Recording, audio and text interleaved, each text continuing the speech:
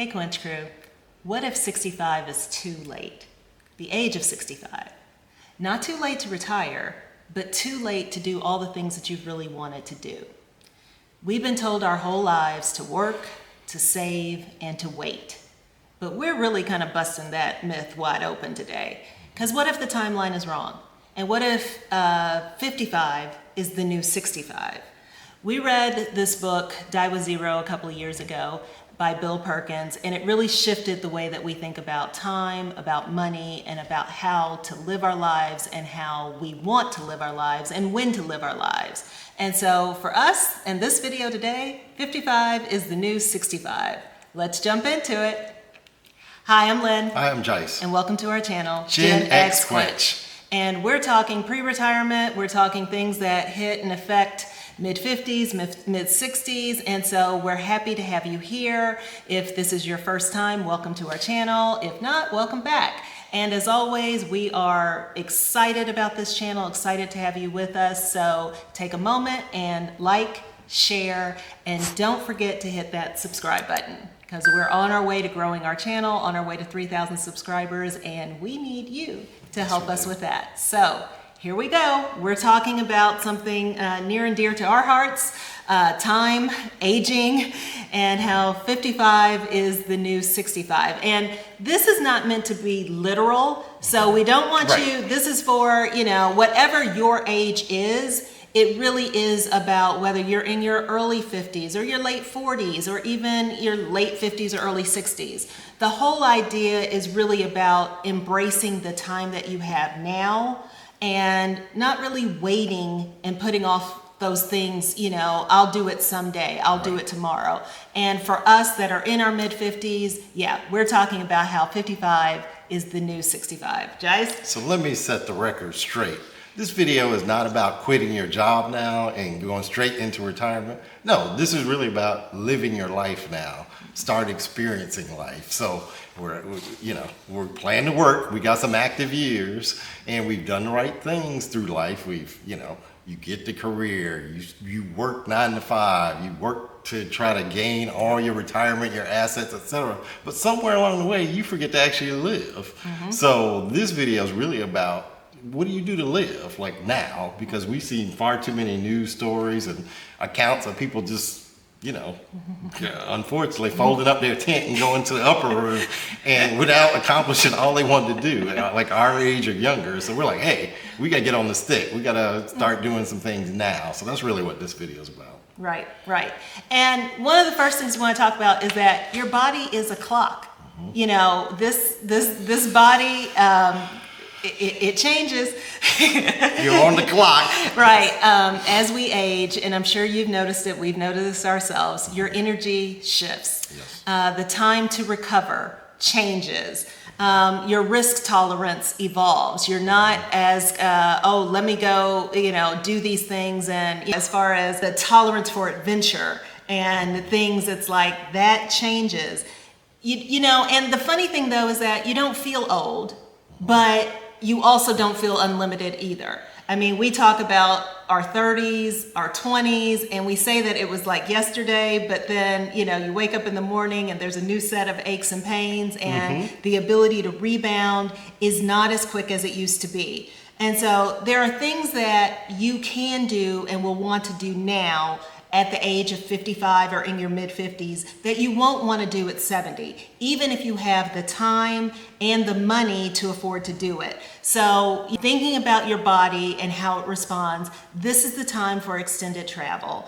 This is the time for, those adventure experiences, something that might be a little bit harder on your body. This is the time to do it.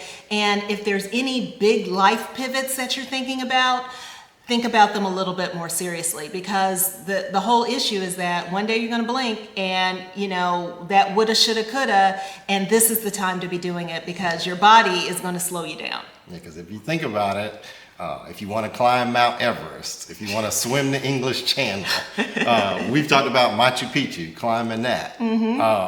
Well, if we can do it a whole lot easier at the age of 55, then we probably will be at 65. Right. So those are the type things, those real physical activities that you want to accomplish. Yeah, go ahead and start checking those off your list. And even if they're not that big, just even going to another city that is walkable. But, there are even older cities. I have a friend that she went to the Holy Land in her 70s. That's cobblestones and it's uphill.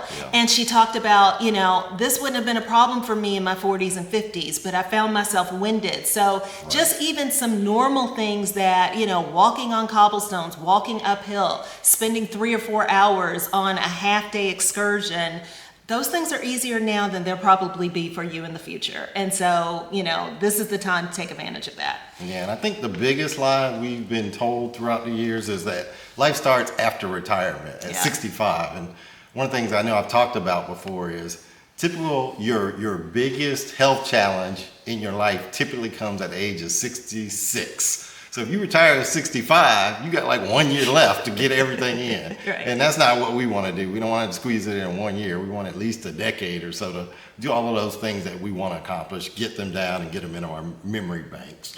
So right now, it's really about thinking, what do we want to accomplish? What's the order which we want to accomplish it? In retirement is now a new era. We're going into a new era of retirement. People are still active in their retirements now versus in the past. Retirement really revolved around being with family and things like that. Yeah, maybe some travel, but it was definitely a little bit slower and sedentary. And now I think it's so much more about being intentional. Right. Right. Yep.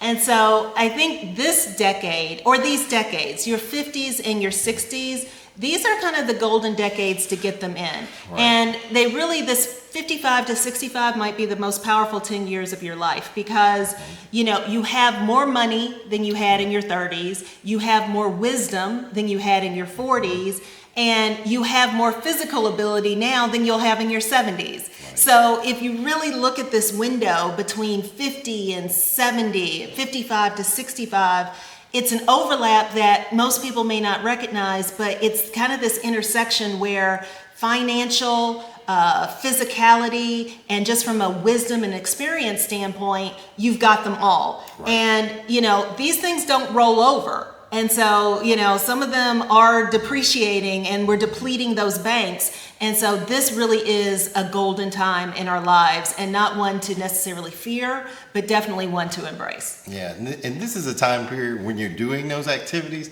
they really generate dividends in terms of memories. And I'll give an example. A few years back, I just decided, hey, we're going to do a family vacation. We're doing a Disney cruise. And I said, Lynn, pack your bags. I told my mom and dad and my sister who had just finished up her first year of med school, like, hey, we're going on a cruise. And everybody was so happy. And we did the cruise. It was like a 4 or 5 day cruise.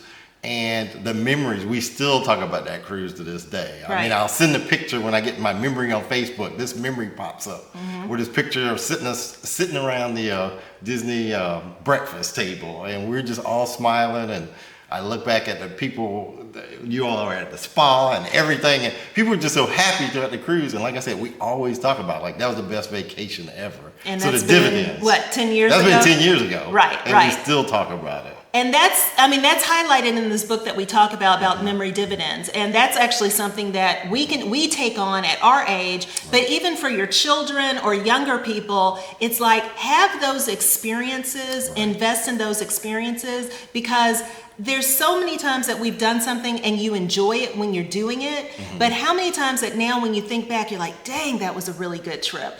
Boy, we had a really good time. Right. You go back and you look at the pictures or the videos, or you're talking with the people that you shared those experiences with, and those will be dividends and memories that you'll carry with you in your 60s, your 70s, your 80s. And so don't put off those trips, because they're going to come back and you'll embrace them for the rest of your life as far as these experiences. And I would even say not just trips or things like that, but this is the time you want to experiment with just, what are some new experiences? Like for you did bartending like a decade ago, and people in her professional life thought she was kind of losing it. Like, what you're in marketing. Why are you going to try to be a bartender? But I went to bartending school. Yeah. She wanted the experience. She was always fascinated with drinks and the mixology and the art with the science of, all that stuff. And then I just recently did an intro to DJ class. So it's something I always wanted to do since college. Like, let me try it. Right. And there were all ages in there. So I was encouraged by that. And you know, you get to experiment and try things. You're never too old to stop learning and try new things. Right. So that hobby that's been on the shelf, or that thing that you've always wanted to learn, Right. take a class, read a book, watch a video, go find some other people, and go find your tribe, and go start and do that now. It's perfect and wonderful. Add to that it's not just about travel. It Right. really is about experiences, hobbies, skills, learning something new. And along with that, at this time, you know, think about your giving and the impact that you want to make. We talk on this channel sometimes about leaving a legacy. And a lot of times, you know, your financial gifts, you know, we wait until we pass for others to be blessed with our finances, but this is something that you may want to consider. Are there dollars that you can set aside now? I think one of the examples that he talks about is that by the time you pass, if you pass at a senior and golden Right. age, if you're leaving money to your kids, you know, your kids might be in their 50s and 60s, and they may be at the age that we are now. Right. But is that gift really valuable for them in their 50s and 60s, or would it have been more valuable for them in their 20s and 30s? You know, as far as down payments for a house, when they're getting settled, when they're trying to get out of debt. Right. So sometimes under the normal circumstances, that support comes after the moment has passed. But take a stock, look around, and see if there's anything that you can do as far as giving to your kids and making gifts, making donations to institutions, and funding some of those experiences and supporting causes in real time.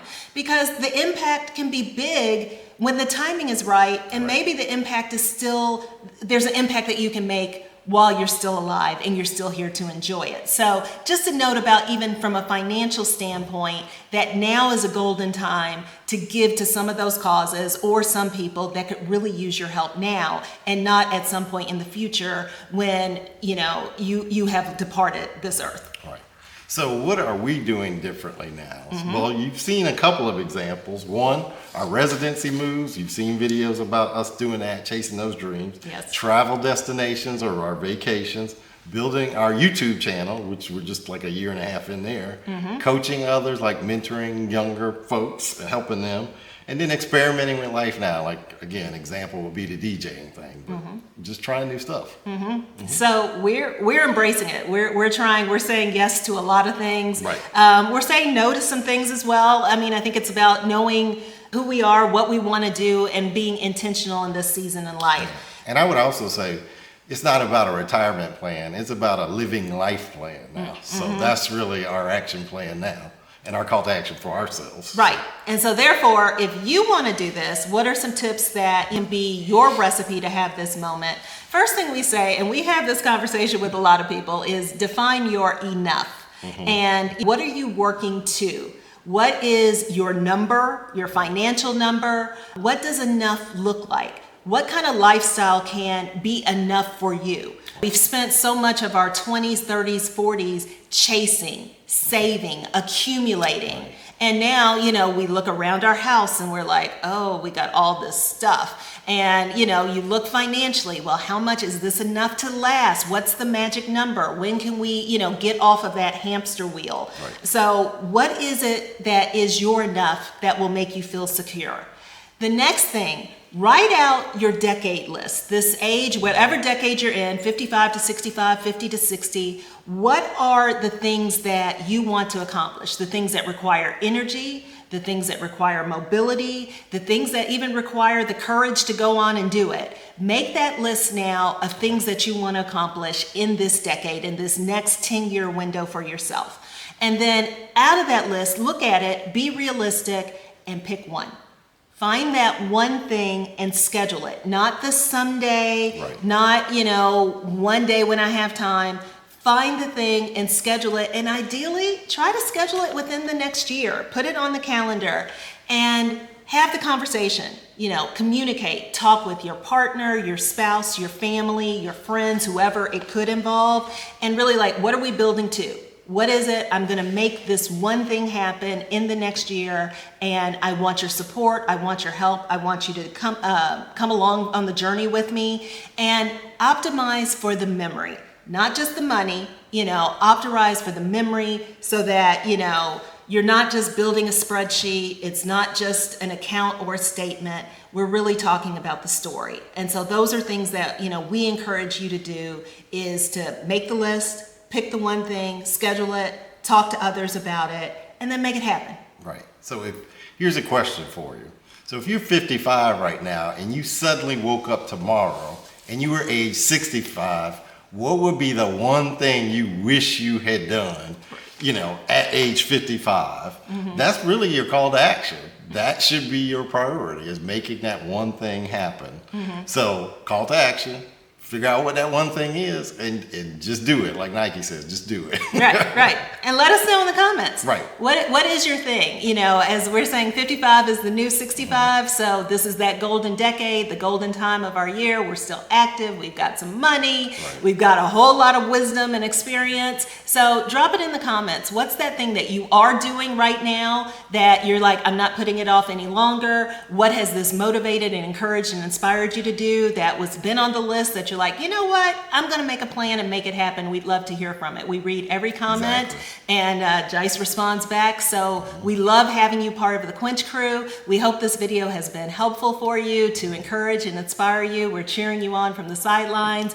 If you really enjoyed it, give it a thumbs up and give it a like.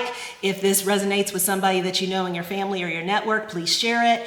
And by all means, please subscribe to our channel so you don't ever miss out on a GenX Quench video. And with that, Jice, anything else? That's it. All right, Quench crew. Adios. All right, we'll see you on the next video. Keep Adios. chasing those dreams too. Take care. Bye-bye.